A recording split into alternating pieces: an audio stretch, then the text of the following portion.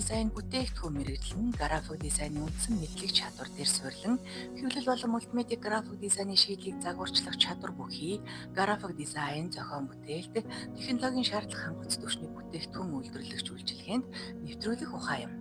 Дээрх мэргэжлэр төгсөгч нь компьютерийн графикийн програмууд болох Adobe Impact програм болох Adobe Premiere, Photoshop, Illustrator, InDesign, After Effects, Flash гэх мэт програмууд болон 3D Max, Autodesk, AutoCAD зэрэг 3 хэмжээт төслийн програмуудыг бүрэн эзэмшихээс гадна график дизайны онол зар сурталчилгааны онол, хар зураг, уран зургийн онолуудыг эзэмшинэ.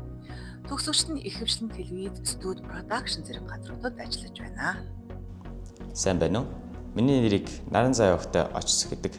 Би 2021-с 22 оны хичээлийн жилд Монгол Солонгосын Политехник коллежийн мэргэжлийн боловсрол олох салбарын хэвлэлийн график дизайн бүтээгдэхүүн ангид элсэн орсон. Энэ мэргэжлээрээ сургуулийнхаа техникийн боловсрол олох салбарын 1.5 жил шатлан суралцах сургалтанд би суралцж явах явцдаа Монгол ур чадвар тэмцээний 1-2 дугаар үе шатанд шалгарч 2026 оны үндэсний ялагч тодруулах шатанд амжилттай оролцож шилдэг оролцогчоор шалгарсан. Одоо би МОСО сурсан нийт кредит цагаад үзүүлж бакалаврын үе шатанд суралцж байгаа. Энэ мэргэжлийг сонгож байгаа дүү нартаа захиж хэлэхэд ур чадвартай мэргэжилтэн ажилтан болохын тулд анхан шатнаас нь эхлэн суралцах нь амжилтанд хүрэхийн үндэс юм байна лээ шүү.